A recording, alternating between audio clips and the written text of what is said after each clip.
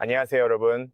새로운 영상에 다시 오신 것을 환영합니다. 오늘은 저와 함께 완전히 새로운 포드 푸마 제니 완전 전기 크로스오버 작고 도시명 SUV를 소개합니다. 멋진 점은 제가 이 차를 직접 운전한다는 거예요. 요즘 이 차를 운전하는 게 처음은 아닙니다. 이 차를 여기서 열리는 이벤트에서 300km 정도 운전했는데 정말 놀라울 정도로 효율적이었어요. 아마 제가 지금까지 운전해본 전기차 중에서 가장 효율적인 차 중 하나일 겁니다. 정말 대단하고 그 부분은 시승 영상에서 자세히 이야기할 예정입니다. 별도의 영상을 만들어서 그 이야기를 하고 또한 소비량도 보여드릴게요. 그리고 마지막에 0km 혹은 그 정도 주행한 기록도 보여드릴 건데 이전에 이 차를 운전했던 사람들이 어느 정도의 소비량을 기록했는지도 알려드릴게요. 또한 가격도 매우 좋습니다. 이 차는 유럽, 루마니아에서 생산되었습니다. 그리고 기술적인 정보도 알려드릴 건데 그 내용도 정말 괜찮게 들립니다.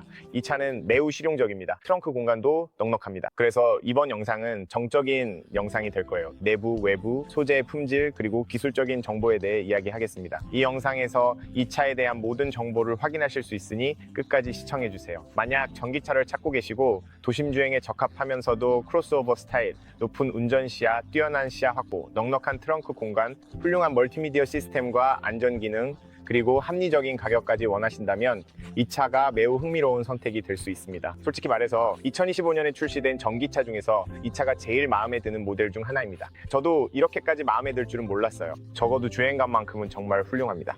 하지만 주행감에 대한 자세한 이야기는 시승 영상에서 다룰 예정이니 그 영상도 꼭 확인해보세요. 이제 가격에 대해 이야기해볼까요, 여러분? 가격 이야기를 해보겠습니다. 이 차는 두 가지 버전, 즉 기본형과 프리미엄 버전을 제공합니다. 저희가 시승한 모델은 최상위 버전인 프리미엄 버전인데 두 버전의 가격 차이는 약 2,500유로 정도입니다. 그래서 최상위 버전과 기본형 사이의 가격 차이가 그렇게 크지 않고 제공되는 옵션들 간의 차이도 그리 크지 않습니다. 최상위 버전에는 매트릭스 LED 헤드램프가 적용되고 기본형에는 일반 풀 LED, 로우빔, 하이빔, 오토매틱 기능이 있지만 LED입니다. 그리고 또 다른 차이점은 뱅앤올룹슨 사운드 시스템입니다. 프리미엄 버전에는 앰프와 함께 10개의 스피커가 들어가고 기본형에는 6개의 스피커가 탑재됩니다. 휠의 경우 기본형에는 17인치 휠이 적용되고 프리미엄 버전에는 18인치 휠이 들어갑니다. 그리고 제가 알기로는 옵션으로 19인치 휠도 선택할 수 있다고 합니다. 하지만 솔직히 17인치도 충분히 완벽하고 18인치는 정말 멋집니다. 그리고 두 버전 모두 이런 공기역학적 디자인을 적용해서 정말 좋습니다. 가격은 최상위 버전이 약 3만 유로, 기본형은 약 28,000유로 정도입니다. 물론 가격은 나라에 따라 다를 수 있지만 이 가격은 할인 적용된 가격입니다. 어떤 나라에서는 포드가 할인을 제공합니다. 어떤 나라에서는 전액 할인을 받을 수도 있습니다. 또한 정부에서 제공하는 세금 혜택도 받을 수 있어서 결국 꽤 괜찮은 가격에 차를 구입할 수 있습니다. 전반적으로 마감도 아주 좋고 놀라울 만큼 훌륭한 차입니다. 제가 보기에는 푸마 내연 기관 모델이 잘 팔렸던 것처럼 이 전기차 버전도 똑같이 잘 팔릴 거라고 생각합니다. 정말 매력적이거든요. 이제 기술적인 데이터로 넘어가 보겠습니다. 이 차량에는 전면에 전기 모터가 하나 장착되어 있습니다. 전륜 구동이고 168마력에 290Nm의 토크를 자랑합니다. 배터리 용량은 43.6kWh입니다. 이 배터리는 NCM 리튬 배터리로 꽤 컴팩트하고 에너지 밀도가 높습니다. 이는 무게가 가볍고 많은 에너지를 저장할 수 있기 때문에 매우 좋은 점입니다. AC 충전은 11kW, DC 충전은 최대 100kW까지 지원합니다. 즉 10%에서 80%까지 이 차량을 23분 만에 충전할 수 있다는 뜻입니다. 그리고 좋은 점은 충전 내내 높은 충전 속도를 꾸준히 유지한다는 것입니다. 그래서 10%에서 약 80%까지 충전 곡선을 꽤 높게 유지하는데 이는 인상적입니다. 제로백은 8초입니다. 최고 속도는 시속 160km입니다.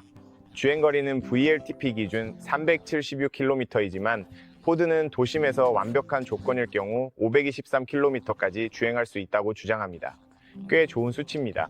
솔직히 말해서 제가 직접 운전해봤는데 정말 효율적이었습니다. 말씀드린 대로 제가 운전해본 차 중에서 가장 효율적인 차 중 하나입니다. 공식적으로는 소비 전력이 13.1kWh로 추정되지만 제가 테스트해본 결과 약 12kWh로 공식 수치보다 더 좋았습니다. 이렇게 말할 수 있고 실제로 그만큼 성능을 내는 차는 많지 않은데 정말 훌륭합니다. 이제 트렁크 공간을 보면 정말 인상적입니다. 기본으로 523L이고 기가박스를 사용하면 574L까지 확장됩니다. 트렁크로 가서 보여드리겠지만 정말 넓어서 놀라울 정도입니다. 그리고 뒷좌석을 완전히 접으면 283L까지 확장되고 앞쪽에는 43L 용량의 프렁크도 있어서 케이블이나 기타 물건을 넣기에 매우 유용합니다. 이 부분은 조금 이따가 다시 보여드리겠습니다. 차량의 무게는 563kg입니다. 회전 반경은 10.5m입니다.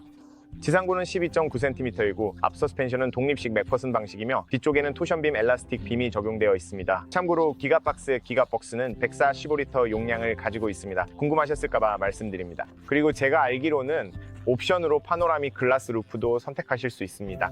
여기에는 적용되어 있지 않지만 원하신다면 이 옵션을 선택하실 수 있습니다. 하지만 지금은 여름이고 밖이 34도나 되기 때문에 파노라믹 루프가 없는 게 오히려 더 낫다고 생각합니다. 없는 편이 실내의 시원함을 더 잘 유지해 주거든요. 이 차량은 내연기관 모델과 동일한 플랫폼 위에 만들어졌고 지금까지가 이 차에 대한 가장 중요한 정보와 기술적 데이터라고 할 수 있습니다. 저는 뒷좌석에 아이들을 두고 내리지 말라는 경고를 받았습니다. 차 안에 잠시 머물다 보면 차량이 일종의 절전 모드로 들어가고 시스템과 공조장치가 꺼지기 때문입니다. 그리고 이 차에는 차 안에 아이들을 두고 내리지 마세요와 같은 다양한 안전 기능들이 탑재되어 있다고 안내해 줍니다. 네, 이처럼 이 차량에는 다양한 안전 기능들이 적용되어 있는데 이번 영상에서 그 부분에 대해 자세히 이야기해 보겠습니다. 그럼 이제 밖으로 나가 보겠습니다. 외관 디자인에 대해 조금 이야기해 볼게요. 우선 키부터 시작하겠습니다. 이게 바로 키입니다. 뒷면에는 푸마 로고가 있는데 정말 멋지게 보입니다. 그리고 앞면에는 차량을 잠그고 여는 버튼, 그리고 트렁크를 자동으로 여는 버튼도 있습니다. 이 차량은 최상위 트림이기 때문에 자동 리프트 게이트가 기본으로 제공되지만 엔트리 레벨 버전에서도 옵션으로 선택할 수 있습니다. 트렁크에 전동 리프트 게이트를 옵션으로 추가할 수 있습니다. 전동 사이드미러도 옵션으로 선택할 수 있고 엔트리 레벨 버전에서도 별도의 패키지로 앰비언트 라이트를 추가할 수 있습니다. 하지만 최상위 트림에는 이런 기능들이 기본으로 포함되어 있습니다. 좋습니다. 이제 키리스 엔트리 기능도 있습니다. 즉 항상 버튼을 누를 필요가 없다는 뜻입니다. 차에 가까이 다가가면 여기 주변에 평행선 모양의 라인이 있습니다. 여기에 손가락을 대면 차량이 잠기고 이렇게 손을 넣으면 차량이 열립니다. 그래서 차에서 멀어질 때도 손잡이에서 아주 간단하게 잠그거나 열 수 있습니다. 물론 키로도 조작할 수 있습니다. 전동식 접이식 미러도 탑재되어 있습니다. 참고로 이것도 옵션이지만 해당 패키지에 포함되어 있습니다. 하지만 저희가 최상위 트림을 가지고 있기 때문에 여기서는 기본 사양으로 제공됩니다. 그리고 기본 사양으로 트렁크에 자동 리프트 게이트도 있습니다. 이 버튼을 2번 누르면 트렁크가 열리고 다시 2번 누르면 트렁크가 닫힙니다. 인상적이네요. 이 푸마에 적용된 기술의 양이 정말 인상적입니다. 그리고 지금까지 시도해보지 않았던 건데 차량 잠금 해제 버튼을 길게 누르면 창문이 접히는지 궁금하네요. 아니요, 그렇지 않습니다. 네, 이게 바로 키입니다. 솔직히 말해서 이 차가 내연기관과 동일한 플랫폼에서 만들어졌기 때문에 대부분의 사람들은 길에서 주행할 때 이게 내연기관 버전인지 아니면 푸마겐사인지 구분하지 못할 겁니다. 하지만 몇 가지는 알게 되면 구분할 수 있는 부분이 여전히 있습니다. 어떤 차인지 정확히 알 수 있고 일반 푸마와 이 전기차의 차이점 중 가장 큰 변화는 전면 그릴입니다. 더 이상 전면에 그릴이 없다는 것이 가장 큰 변화죠. 이렇게 하면 공기 역학적으로 훨씬 더 좋아집니다. 훨씬 더 단순해졌습니다. 그리고 하단에 공기 흡입구가 하나만 있는데 곧 보여드릴게요. 이 흡입구를 통해 공기가 들어가서 여러 부위를 식혀줍니다. 또한 헤드램프도 꽤 다릅니다. 이 헤드램프에는 세 갈래로 된 방향 지시등이 있습니다. 그리고 기본적으로 모양은 거의 비슷하다고 할 수 있습니다. 참고로 이건 매트릭스 LED 헤드램프입니다. 측면에서는 기본적으로 똑같아 보입니다. 이제 차이점은 휠에 있습니다. 여기 측면을 보시면 에어로다이내믹 휠이 장착되어 있고 18인치 휠입니다. 하지만 17인치나 19인치도 비슷한 에어로 디자인을 가지고 있어서 멋집니다. 이 디자인은 차량의 공기역학을 향상시킬 뿐만 아니라 차량의 외관도 훨씬 더 깔끔하고 세련되게 보이게 합니다. 후면도 마찬가지로 기본적으로 거의 동일하며 약간의 차이만 있습니다. 그리고 중앙에는 흰색으로 된 푸마 로고가 있습니다. 하지만 그 외에는 형태면에서 대부분의 디자인을 그대로 유지하고 있는데 이는 좋은 일입니다. 왜냐하면 이 차가 많이 팔렸기 때문이죠. 이 차량은 꽤나 컴팩트한 크로스오버로 도심 주행은 물론 외곽이나 고속도로, 휴가철에도 전천후로 훌륭한 차량입니다. 차 안에는 공간도 넉넉하고 제 관점에서 봤을 때도 정말 매력적입니다. 정말 매력적인 차량이에요. 정말 아름답고 아마 이 급에서 가장 아름다운 차 중 하나일 겁니다. 그리고 물론 공기역학과 효율성을 높이기 위해 둥근 형태가 많이 적용되어 있습니다. 그리고 이 노란색 컬러에서도 정말 멋지게 보이네요. 제가 보기에는 이 차에는 노란색이 가장 잘 어울리지만 파란색처럼 정말 흥미로운 다른 색상들도 있습니다. 파란색도 꽤 괜찮아 보여요. 왜냐하면 여기에는 윈터 패키지가 포함되어 있기 때문입니다. 즉 열선 스티어링 휠, 열선 시트, 그리고 열선 앞유리가 있다는 뜻입니다. 그래서 저희는 열선 앞유리를 가지고 있는데 이게 정말 좋고 일부 차량처럼 하단 부분만 열선이 들어가는 것이 아니라 전체가 가열됩니다. 이 앞유리는 전체가 가열되기 때문에 유리 안쪽에 작은 삽입선들이 있습니다. 버튼 하나만 누르면 2분 만에 성에가 사라져서 정말 편리합니다. 여기 아래쪽에는 멋진 로고도 있는데 이 차가 스포티한 차량임을 상징합니다. 그리고 여기에는 빛과 비를 감지하는 센서가 있습니다. 또한 교통속도 제한 표지판을 읽는 카메라도 있어서 이 푸마에는 정말 많은 안전 기능이 탑재되어 있습니다. 이 카메라는 교통속도 제한 표지판과 교통 표지판을 읽을 뿐만 아니라 차량이 차선 안에 머물 수 있도록 도와주고 다양한 안전 기능에도 기여합니다. 그리고 위쪽에 있는 카메라들은 여기 아래쪽에 있는 레이더와 함께 작동해서 어댑티브 크루즈 컨트롤, 긴급 제동, 그리고 그 밖의 모든 안전 기능을 지원합니다. 그리고 이 차는 참고로 이 최상위 버전에는 360도 카메라도 있는데 기본형에는 없는 기능입니다. 그래서 여기 앞쪽에 전방 카메라가 있는 겁니다. 그리고 사이드 미러와 뒤쪽에도 카메라가 있는데 곧 보여드릴게요. 여기가 유일한 에어 인테이크 공기 흡입구이고 자세히 보면 이게 액티브 쿨링 시스템이라는 걸 알 수 있습니다. 안쪽에 있는 클래퍼 덮개를 볼 수 있습니다. 지금은 열려 있지만 차량의 필요에 따라 닫히거나 열립니다. 차량이 냉각이 필요할 때는 이 덮개가 열려서 공기가 들어가 냉각을 도와줍니다. 만약 날씨가 춥거나 겨울이면 이 덮개는 닫혀 있게 됩니다. 정말 인상적이네요. 좋은 기술입니다. 이게 전기차의 쿨렉티브 쿨링 기술 중에서 최신 기술입니다. 이 가격대 차량에 이런 기능이 있다는 게 정말 멋집니다. 그 외에는 여기 하단부는 아주 심플하게 되어 있습니다. 여기에는 물리적인 센서가 4개 있는데 이 점도 아주 좋네요. 주차할 때 도움을 줍니다. 앞쪽에도 뒤쪽에도 모두 있습니다. 여기 측면에는 에어 인테이크가 있습니다. 보시다시피 실제로 존재하고 크기도 꽤 큽니다. 이것들이 공기역학을 개선해주고 공기가 이 바퀴 주변을 지나가면서 공기역학 성능을 높여줍니다. 그리고 휠도 보시면 거의 막혀 있지만 동시에 전부 알로 이 휠로 되어 있어서 품질이 정말 뛰어납니다. 보시면 250 R18이고 XL인 이유는 무게가 무겁기 때문입니다. 전기차이기 때문이죠.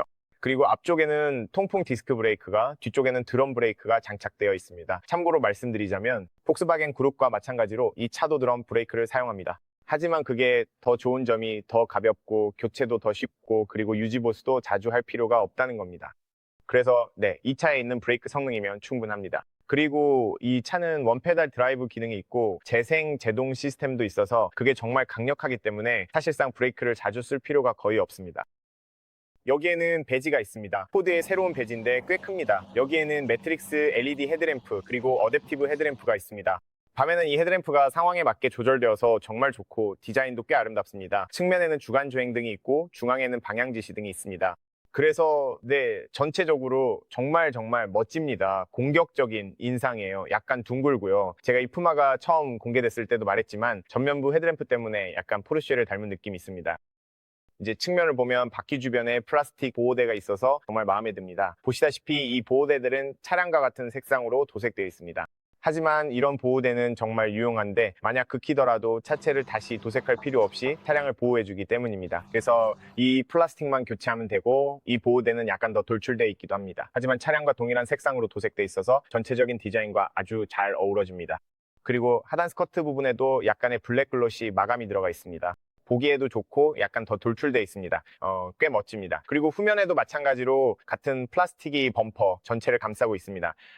여기에 충전 포트가 있습니다. AC는 11kW, DC는 최대 100kW까지 지원합니다. 그리고 운전석 쪽에 이렇게 간단하게 위치해 있어서 매우 좋습니다. 손잡이도 꽤 큽니다. 도어의 품질도 내연기관 차량과 거의 동일합니다. 소리도 꽤 좋습니다. 아주 견고하고 품질도 매우 좋습니다. 항상 그렇듯이 뒷문이 앞문보다 소리가 더 좋습니다. 여기에는 꽤 큰 사이드 미러가 있습니다. 시야도 좋습니다. 여기 모서리에는 사각지대 경고등이 있습니다. 그리고 방향지시등이 있는데 LED가 아니라 일반 할로겐 램프입니다. 그리고 여기에는 앞서 말씀드린 360도 카메라용 카메라가 있습니다. 하지만 이쪽에서 본 미러는 저처럼 꽤 공기역학적으로 잘 빠져서 보기에도 좋습니다. 그리고 미러의 다리가 차량 바디에 붙어 있어서 실내에서의 시야 확보에도 도움이 됩니다. 이 부분은 잠시 후에 다시 말씀드리겠습니다. 뒷부분에는 선팅된 창문이 있습니다. 작은 창문, 선팅된 창문, 그리고 뒷좌석에도 선팅된 창문이 있습니다. 뒷슈리는 열선이 들어가 있습니다. 차량에 블랙 글로시 마감이 약간 들어가 있어서 아주 멋진 포인트가 됩니다. 그리고 라디오 안테나도 블랙 글로시로 마감돼 있어 매우 현대적이고 약간 돌출된 스포일러가 있어서 보기에도 좋습니다. 여기에는 LED 브레이크 등이 있습니다. 조금 더 아래쪽에는 LED 라이트가 있습니다. 방향지시 등은 일반 할로겐 램프이고 브레이크 등은 LED입니다. 그리고 후진등은 제가 틀리지 않았다면 이것도 할로겐 램프입니다. 조금 더 아래쪽에는 할로겐 램프가 있습니다. 여기 아래에는 안개등도 있습니다. 하지만 전체적으로 보면 이런 요소들이 꽤 스마트하게 통합되어 있어서 매우 현대적으로 보입니다. 포드 배지와 흰색으로 적힌 푸마 로고가 있습니다. 여기에는 번호판에 LED 조명이 있고 후방 카메라도 있습니다. 하단에는 4개의 후방 주차 센서가 있습니다. 이 센서들은 주차뿐만 아니라 다른 안전 기능에도 사용됩니다. 그리고 여기 범퍼 아래쪽에는 배기 파이프 없이 깔끔한 디자인이 적용되어 있습니다. 물론 이 차량은 전기차이기 때문에 배기 파이프가 필요 없죠. 맞죠? 이렇게 해서 외관 디자인을 살펴봤습니다. 전체적으로 매우 쾌적하고 매력적이며 아주 현대적입니다. 도심 주행은 물론 외곽으로 나갈 때도 꽤 훌륭한 만능 차량입니다. 효율성도 뛰어나니까요. 저도 이 차를 직접 테스트해보고 도심 외곽까지 운전해봤는데 테스트 후에 이 차가 보여준 수치에 모두가 감탄했습니다. 어쨌든 공조 시스템은 꺼야 할 것 같아요. 사실 이렇게 강하게 틀 필요가 없으니까요. 본닛 아래도 보여드리고 싶은데 이곳에는 약 43리터 정도의 공간이 있습니다. 물론 여기는 수동 리프트 게이트이지만 바로 아래에도 여전히 약간의 공간이 있습니다. 이 플라스틱 아래에는 죄송합니다. 이 플라스틱 아래에 약간의 공간이 있습니다. 제가 보여드릴게요. 이렇게요. 그래서 저 아래에도 공간이 있고 안쪽에도 공간이 있어서 수리 키트나 구급 상자, 심지어 케이블도 넣을 수 있습니다. 이 부분도 이렇게 들어올릴 수 있어서 더 많은 물건을 넣을 수 있어요. 그래서 이게 수동이라서 머리로 받치고 있어야 돼서 머리가 좀 아프네요. 하지만 보세요. 정말 멋지지 않나요? 엔진룸에도 이렇게 푸마라고 적혀 있습니다. 여기에는 냉각수, 브레이크 냉각 장치가 있고 여기는 12V 배터리가 있습니다. 바로 여기 아주 쉽게 볼 수 있습니다. 여기에 버튼이 있고 자동 리프트 게이트가 있습니다. 처음에 보여드렸던 것처럼요. 입구가 꽤 큽니다. 이제 여기에 닫는 버튼이 있습니다. 닫을 수 있는 손잡이가 2개 있습니다. 트렁크에 항상 달려 있어서 매번 당기고 빼야 하는 그런 보호막이 없는 점이 정말 마음에 듭니다. 여기 위쪽에 트렁크 보호막이 있는데 아주 가볍습니다. 다시 한번 볼 수 있듯이 일종의 직물 소재로 만들어졌지만 아주 가볍습니다. 보시죠. 이게 좋은 점은 더 효율적이기 때문입니다. 이제 입구 쪽을 보면 입구에 플라스틱이 약간 있고 각 모서리마다 고리가 있어서 매우 유용합니다. 그리고 저기 모서리에도 있습니다. 트렁크에는 LED 조명이 있고 고리도 있으며 12V 포트도 있습니다. 이 등급의 차량에서 12V 포트가 있다는 건 정말 인상적입니다. 바닥 아래에는 엄청난 공간이 있습니다. 이 바닥의 멋진 점은 조절이 가능하다는 사실입니다. 이렇게 두면 거의 평평한 바닥이 되지만 이렇게 더 낮게도 놓을 수 있습니다. 제가 보여드릴게요. 이렇게 더 낮게 놓으면 공간을 더 많이 확보할 수 있습니다. 하지만 원한다면 이렇게도 할 수 있습니다. 또 다른 멋지고 스마트한 점은 잠시만요. 한 손으로 하기가 좀 힘든데 이렇게 놓을 수도 있다는 겁니다. 이걸 보세요. 그리고 이렇게 두면 제자리에 고정돼서 잡고 있을 필요가 없습니다. 이 트렁크는 정말 똑똑하게 만들어졌어요. 그리고 이 아래에는 엄청나게 넓은 공간이 있습니다. 이게 바로 기가박스인데 내연기관 차량보다 더 큽니다. 그리고 여기서 물건을 세척할 수도 있는데 이 부분을 열면 이걸 완전히 열 수 있습니다. 어떻게 하는지 보여드릴게요. 어쨌든 이걸 이렇게 열 수 있습니다. 바로 이렇게요. 이걸 열면 저 아래로 액체를 쏟을 수도 있어요. 그게. 와, 이건 정말 인상적이네요. 이 차의 공간이 정말 어마어마합니다. 정말 넓어요. 엄청나게 좋고 실용성도 대단합니다. 포드 정말 잘했어요. 정말 잘했습니다. 그래서 제가 말씀드리는 거예요. 이 차는 정말 실용적입니다. 이제 좌석을 접고 싶다면 60, 40 방식으로 접어야 합니다. 예를 들어 긴 물건을 싣기 위해 가운데 부분만 따로 접을 수는 없습니다. 그래서 이렇게 하고 아주 간단해요. 이 버튼을 누르고 앞으로 밀면 1초 만에 접힙니다. 정말 간단하죠. 그리고 이렇게 하면은 바닥이 완전히 평평해집니다. 정말 완전히 평평한 바닥이 돼요. 다시 말하지만 정말 실용적이고 유용해서 여기에는 많은 물건을 아무 문제 없이 실을 수 있습니다. 그리고 옆쪽으로 가면 이 각도에서도 보여드리고 싶어요. 문을 열면 이 문이 꽤 크게 열립니다. 안전벨트는 옆에서 손으로 당겨야 하지만 그렇게만 하면 실용성이나 공간 면에서 정말 훌륭합니다. 이것 좀 보세요. 이 각도에서도 꼭 보여드리고 싶어요. 그래서 제 관점에서는 정말 좋다고 생각합니다. 다리 공간도 여전히 넉넉하게 남아 있습니다. 트랜스미션 터널은 거의 없고 있다 해도 1cm 정도에 불과해요. 그래서 그 주변에도 몇 가지 물건을 둘 수 있다는 점이 꽤 좋습니다. 그래서 이 점에서도 정말 좋다고 할 수 있겠네요. 이제 만약 좌석을 다시 원래대로 놓으려면 항상 안전벨트를 신경 써서 챙겨야 한다는 점이 있습니다. 그래서 이 부분이 약간의 단점이긴 한데 큰 단점은 아니지만 항상 안전벨트를 챙기고 이렇게 옆으로 빼줘야 한다는 점을 기억해야 합니다. 어쨌든 앞으로 가보겠습니다. 기본적으로 이 도어 전체는 디자인은 꽤 멋지지만 부드러운 소재는 전혀 사용되지 않았습니다.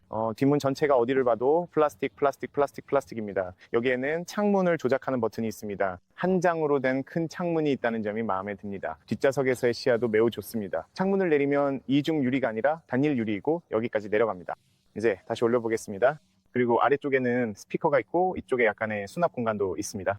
이것은 크롬으로 된 손잡이이고 출입구는 비교적 큽니다. 제가 깜빡한 게 있는데 바로 운전석 시트를 제 운전 자세에 맞게 조정하는 것입니다. 그래서 차 안에 들어가서 시트를 제 운전 자세에 맞춰야 뒷좌석 공간을 제대로 테스트할 수 있겠죠. 그래서 여러분께 정말 현실적으로 보여드리고 싶어요. 아니요, 이건 현실적이지 않네요.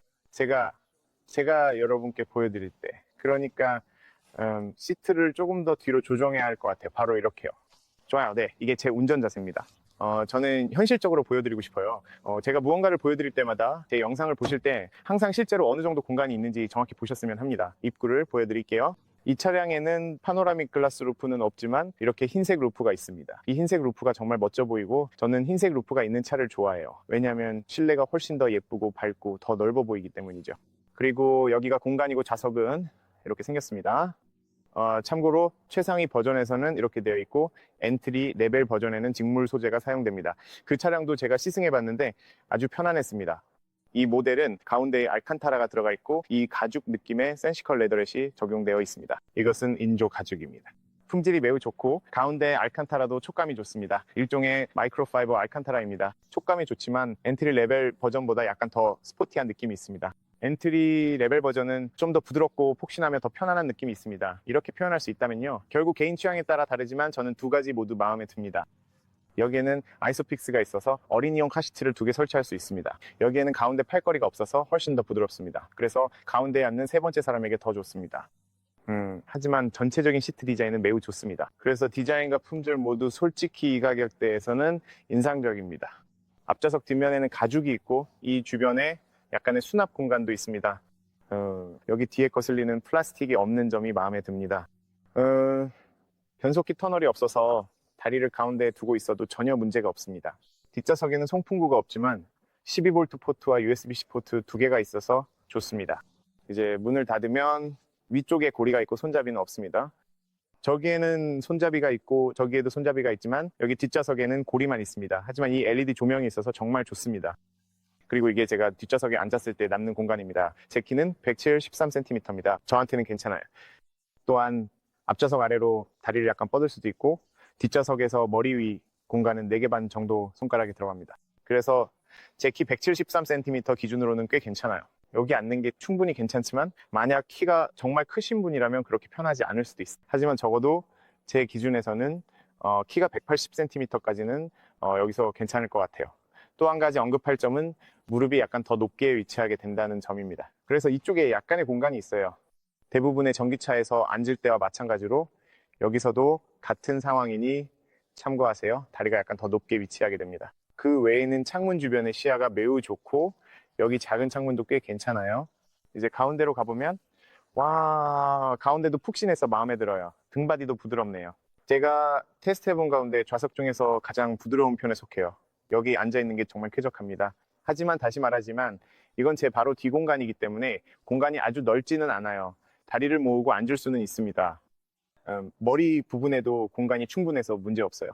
저로서는 전혀 문제없다고 말할 수 있겠네요. 엄청나게 편안하진 않지만 그렇다고 불편하지도 않고 괜찮아요. 충분히 지낼 만합니다. 짧거나 중간 정도의 거리라면 여기 앉아 있어도 전혀 문제 없을 것 같아요. 이제 대시보드를 보면 이런 식으로 생겼고 내연 기관 차량과도 매우 비슷합니다. 아주 실용적이거나 인체공학적이라고는 할 수 없지만 물리 버튼이 많아서 일부 설정을 바꾸기가 쉽고 모든 것이 제자리에 잘 배치되어 있습니다. 또한 멀티미디어 스크린도 운전자를 향해 약간 기울어져 있어서 시야 확보가 좋습니다. 또한 조종석에도 멀티미디어 스크린이 있는데 이게 정말 놀라울 정도로 많은 정보를 보여줍니다. 그래서 이 차는 최신식이고 훌륭한 기술이 많이 들어가 있으며 인체공학적으로도 잘 설계되어 있고 대시보드 디자인도 전체적으로 꽤 매력적이라고 할 수 있습니다. 이제 앞쪽으로 가보면 앞문은 조금 다릅니다. 여기에는 부드러운 소재가 사용되어 있어서 이 부분에는 센시코 가죽, 즉 인조 가죽이 적용되어 있습니다. 이 회색 소재와 함께 인조 가죽이 사용되어 있어서 이 주변이 모두 부드럽고 고급스럽습니다. 그래서 이 점이 매우 좋습니다. 반면에 이 부분과 아래쪽은 플라스틱으로 되어 있고 라이트 반사판이 있으며 도어 포켓에는 엄청난 공간이 있습니다. 이 점이 정말 유용합니다. 스피커가 하나 있고 여기에도 또 다른 스피커가 있습니다. 그리고 이쪽에는 전동식 미러 조절 버튼, 미러 접기 버튼, 창문 잠금 버튼, 그리고 창문 조작 버튼들이 있습니다. 그리고 앞쪽에는 이중 유리가 적용되어 있지 않습니다. 입구에 있는 이 알루미늄 플레이트에 푸마 로고가 있는 게 마음에 듭니다. 보기에도 좋네요. 그리고 페달은 일반 페달이 적용되어 있어서 알루미늄 페달 같은 것은 없습니다. 참고로 좌석은 수동으로 조절해야 합니다. 완전히 수동으로 조절해야 하지만 좌석의 품질은 매우 좋습니다. 그래서 저는 그들을 좋아해요.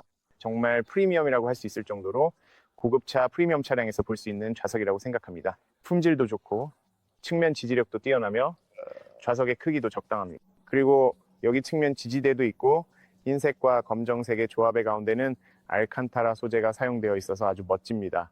그리고 참고로 센터 콘솔 아래쪽에는 엄청난 공간이 있습니다. 그곳에는 USB-C, USB 포트가 있고 센터 콘솔 아래에 다양한 물건을 넣을 수 있는 넓은 공간이 있습니다. 대부분의 전기차처럼 매우 유용하죠. 여기 대시보드에는 다시 한번 이 부드러운 가죽이 사용되었고 그 외에는 일부 섬유 소재와 플라스틱이 사용되었습니다. 여기에는 라이트와 안개 등을 조작하는 컨트롤러가 있습니다. 버튼을 누르기만 하면 됩니다. 위쪽에는 수동식 송풍구가 있고 그 다음에 또 다른 송풍구, 그리고 대시보드, 그리고 정말 많은 정보를 볼 수 있는 이 거대한 스크린이 있습니다. 안으로 들어가 보겠습니다. 창문 주변의 시야가 매우 좋고 거울에서도 시야가 꽤 좋습니다. 그리고 이 차량이 그리 크지 않기 때문에 앞유리를 통해서도 바깥을 잘 볼 수 있어 창문 주변의 시야가 아주 훌륭합니다. 뒷부분에도 약간 모서리 쪽에 사각지대가 조금 있을 수 있지만 그렇게 크지는 않습니다. 여기 중앙에는 가죽으로 된 암레스트가 있습니다. 이 점이 마음에 들고 또한 조절도 가능합니다. 정말 잘 만들었네요. 여기에도 약간의 수납 공간이 있고 아래쪽에도 조금 더 수납 공간이 있습니다. 아주 유용합니다. 이 주변에는 글로시 피아노 마감이 있고 컵홀더가 2개 있습니다. 이 부분에는 앰비언트 라이트가 들어오는 것 같은데 밤에 보면 멋지게 보입니다. 그리고 여기에도 다양한 물건을 넣을 수 있는 넉넉한 공간이 있고 바닥이 고무로 되어 있다는 점이 마음에 듭니다. 모든 자동차 제조사들이 수납 공간에 고무를 사용했으면 좋겠어요. 그러면 안에 있는 물건이 움직여도 소리가 나지 않고 더 좋으니까요. 그리고 여기는 무선 충전이 가능합니다. 여기서 휴대폰을 무선으로 충전할 수 있어요. 여기에도 수납 공간이 있습니다. 여기에는 볼륨 노브가 있고 그 옆에는 몇 가지 단축 버튼, 즉 물리 버튼들이 있습니다. 이 중 하나는 다양한 주행 모드를 위한 버튼인데 일반 모드, 에코 모드, 스포츠 모드, 미끄러운 도로 모드 등으로 전환할 수 있습니다. 또한 원페달 드라이브, 아이페달이라고도 부르는 혹은 원하는 대로 부를 수 있는 원페달 드라이브가 있고 추진 사운드도 있습니다. 이 추진 사운드가 어떻게 작동하는지는 시승 영상에서 정확히 설명해 드릴게요. 하지만 이렇게 많은 회생제동 단계와 다양한 주행 모드가 있다는 점이 정말 좋습니다. 이거 정말 멋지네요. 여기에는 카메라를 위한 버튼이 있습니다. 카메라를 활성화하거나 주차를 보조할 수 있습니다. 그리고 카메라는 여기서 볼 수 있듯이 위, 측면, 전면, 와이드, 후면 등 다양한 각도에서 확인할 수 있습니다. 그래서 카메라에서 선택할 수 있는 옵션이 더 많아졌어요. 그리고 그뿐만 아니라 차량의 다양한 부분을 확대해서 볼 수도 있습니다. 보이시죠? 정말 멋진 기능이에요. 어쨌든 정말 유용합니다. 시장에 나온 것 중 최고 해상도는 아니지만 제 생각에는 정말 유용합니다. 그리고 여기에는 글러브 박스가 있습니다. 차 크기에 비해 꽤 크다고 할 수 있겠네요. 그리고 위쪽에는 책이나 그런 것을 넣을 수 있는 공간도 있고 소재도 부드럽고 좋습니다. 여기는 플라스틱이에요. 여기에는 송풍구가 2개 있는데 꽤 멋집니다. 그리고 말씀드렸듯이 뱅앤올룹스 사운드 시스템이 들어가 있고 스피커가 10개나 있습니다. 비상등 버튼은 여기 물리 버튼으로 있고 전원 버튼도 여기 있습니다. 잠시 후에 공조 시스템도 살펴보겠습니다. 조절 가능한 스티어링 휠입니다. 아래, 위, 앞, 뒤로 수동으로 아주 쉽게 조절할 수 있습니다. 스티어링 휠이 꽤 크다고 할 수 있겠네요. 하지만 이 모양이 있다는 점이 마음에 듭니다. 이 모양 덕분에 크기가 크더라도 운전이 아주 쉽고 저기 있는 스크린도 완벽하게 잘 보이게 해줘서 정말 좋습니다. 가죽 느낌의 센시코, 가죽 소재도 품질이 아주 좋습니다.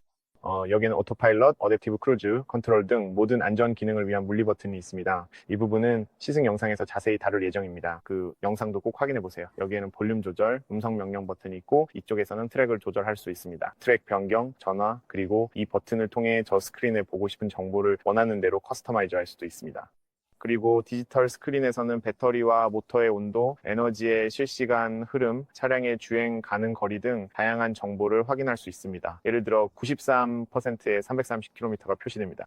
여기에는 속도와 회생 제동률, 에너지 정보도 나옵니다. 그리고 여기에는 소비량이 표시됩니다. 트립 1과 트립 B로 들어가 보면 최근 133km 동안 12kWh의 소비량을 볼 수 있는데 정말 놀라울 정도로 인상적입니다.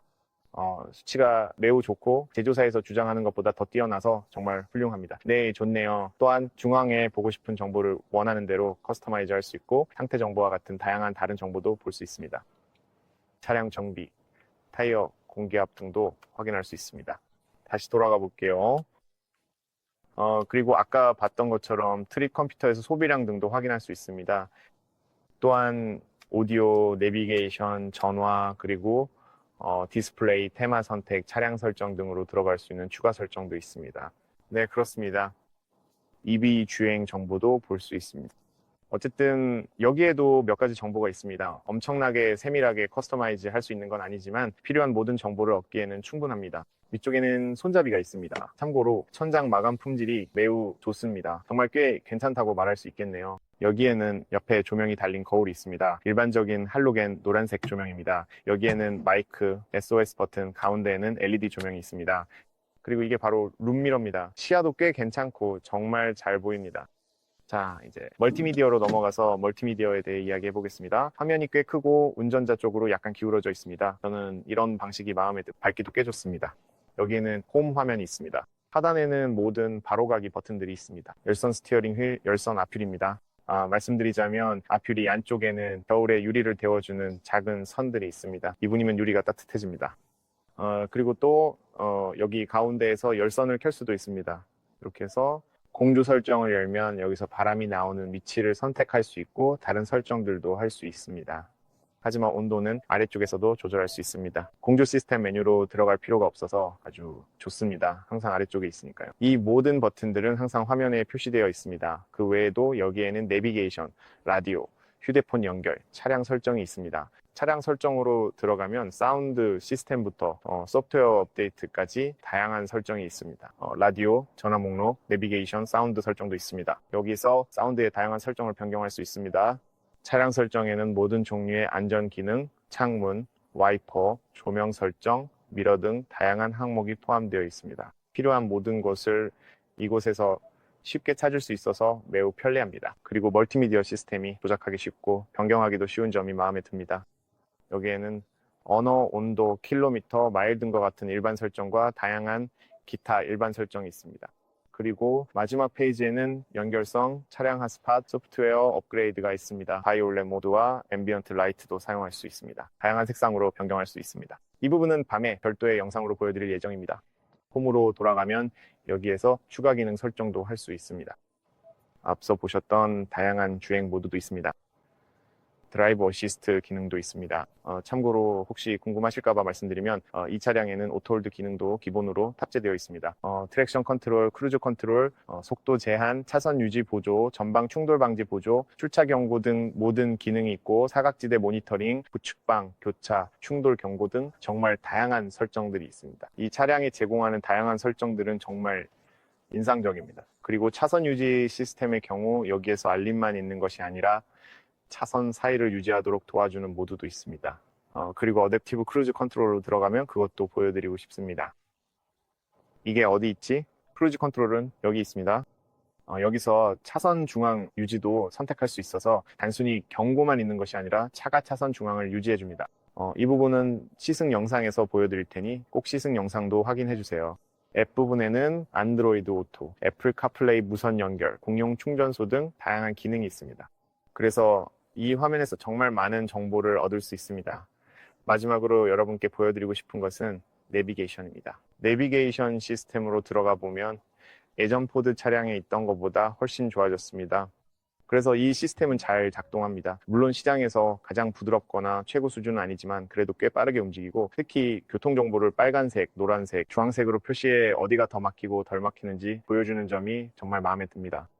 그리고 그뿐만 아니라 예를 들어 충전소를 검색하고 싶을 때도 가능합니다. 이 여행을 취소해 볼게요. 주변에 충전소로 가고 싶다면 탐색 메뉴로 들어가서 충전소를 선택하면 차량이 주변의 모든 충전소를 검색해서 찾아줍니다. 그냥 원하는 충전소를 하나 누르기만 하면 끝이에요. 그리고 이동 버튼을 누르면 차량이 정말 빠르게 경로를 불러오고 정말 놀라울 정도로 많은 정보를 제공합니다. 어쨌든 전반적으로 거의 모든 내용을 다 다룬 것 같아요, 여러분. 혹시 제가 빠뜨린 부분이 있다면 아래에 질문 남겨주세요. 이걸 답변해 드릴게요. 제 관점에서 보면 이 차는 정말 훌륭하고 다방면에서 뛰어난 차량입니다. 그러니까 만약 여러분이 대부분의 시간을 예를 들어 70% 정도를 도심에서 운전하고 가끔 휴가를 가거나 또는 매일 50km나 100km 정도 출퇴근해야 한다면 이 차는 정말 환상적인 선택입니다. 그러니까 이 차가 고속 주행 시 장거리에서 엄청나게 높은 연비를 보여주지는 않지만 도심이나 시속 120km 이하의 속도에서는 정말 축복 같은 존재가 될 거예요. 그리고 도심에서는 매우 효율적입니다. 그래서 제가 이 차가 도심 주행에도 환상적이라고 말한 이유가 도심에서는 정말 미친 듯이 효율적이기 때문입니다. 저는 아직 고속도로에서 고속 주행 테스트를 해보지 못했지만 꼭 해보고 싶어요. 다음 시승기 영상에서 그걸 해볼 수 있기를 바랍니다. 그러니 계속 지켜봐 주시고 고속도로에서의 연비가 어떤지도 그 영상에서 확인해 주세요. 시청해 주셔서 감사합니다, 여러분. 영상이 도움이 되었길 바랍니다. 좋아요, 공유, 구독 잊지 마세요. 그게 저에게 큰 도움이 됩니다. 항상 가까이 계시고 안전하게 지내세요. 곧 다음 영상에서 또 만나요. 안녕히 계세요, 여러분.